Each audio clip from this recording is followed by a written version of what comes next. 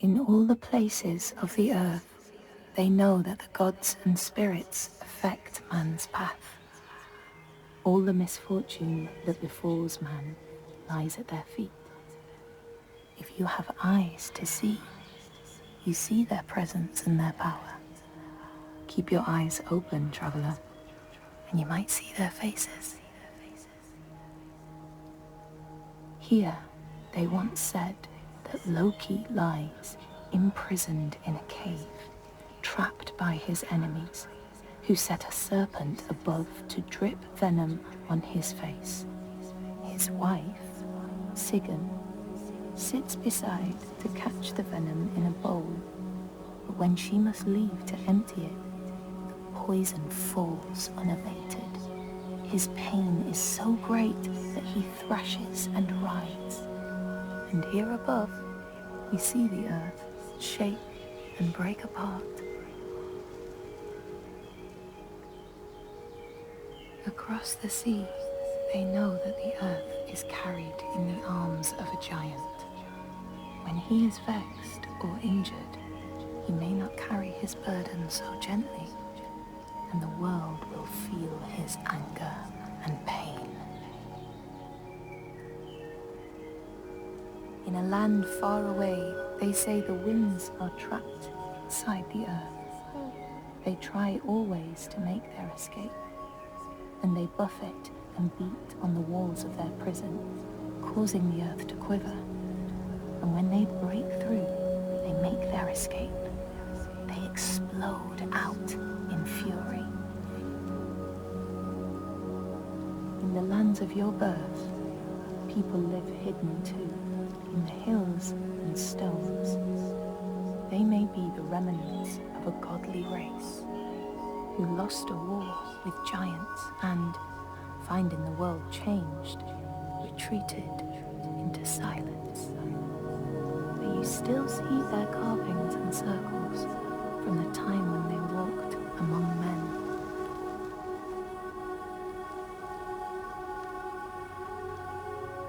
Here they know that if times are harsh, you may ask of the hidden folk to share their bounty.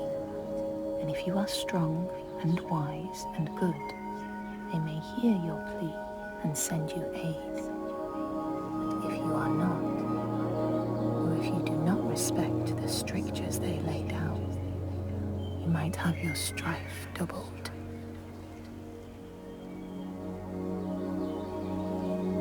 In the lands of your birth, and in these lands too, they know that people can be taken by the secret fair ones.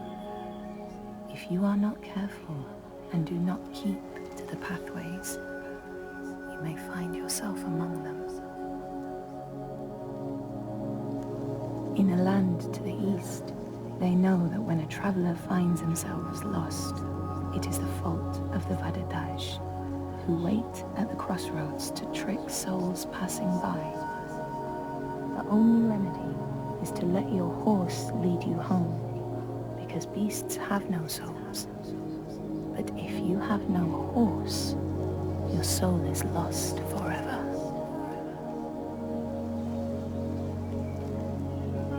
In this place, they know that sometimes the hidden folk will take their children and leave another in their place.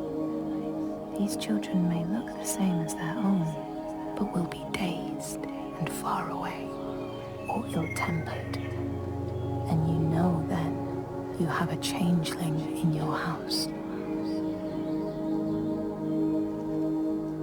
In this land, when people cannot raise their children, they will leave them in a sacred place for the hidden folk to take and care for.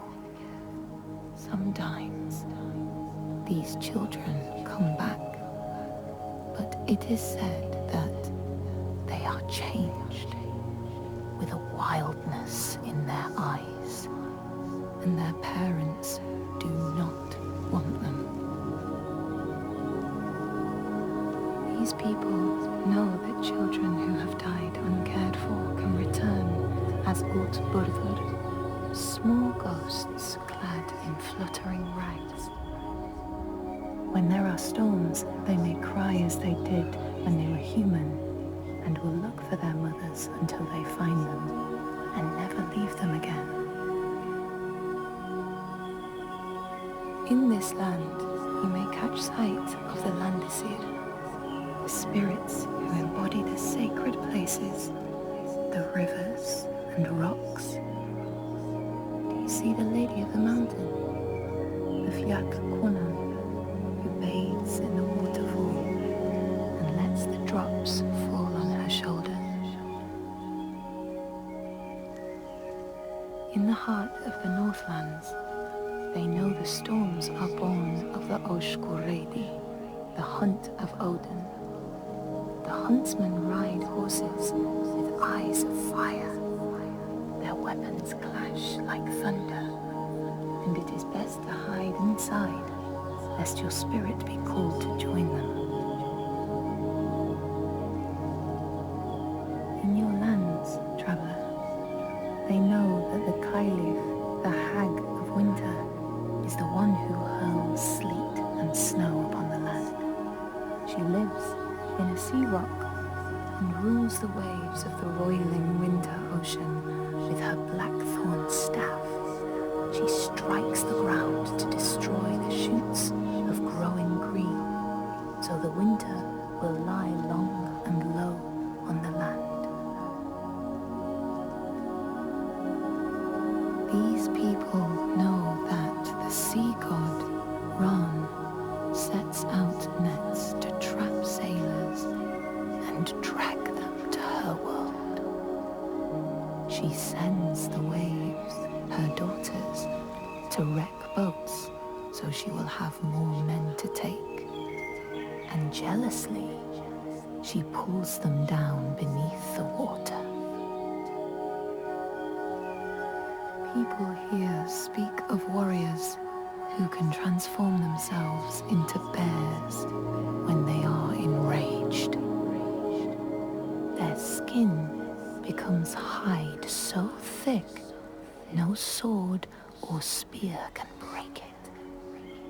When King Hrolfr fought Skald, many people saw a great bear fighting beside him, who killed more men with its paw than any 5 soldiers. Men here will tell of how Jarl Hakon worshipped the giant Thorgerða and sought her aid in the middle of battle when the tide was turning against him. Fleeing to an island, he pleaded with her for aid. She demanded a sacrifice. She rejected all of his offerings until he, at last, killed his own son in sacrifice. Thorgerða gave aid, and Hakon's enemies saw the giants striding amongst the ships, arrows flying from every finger and never missing their mark. Their morale was sapped, and Hakon won his battle.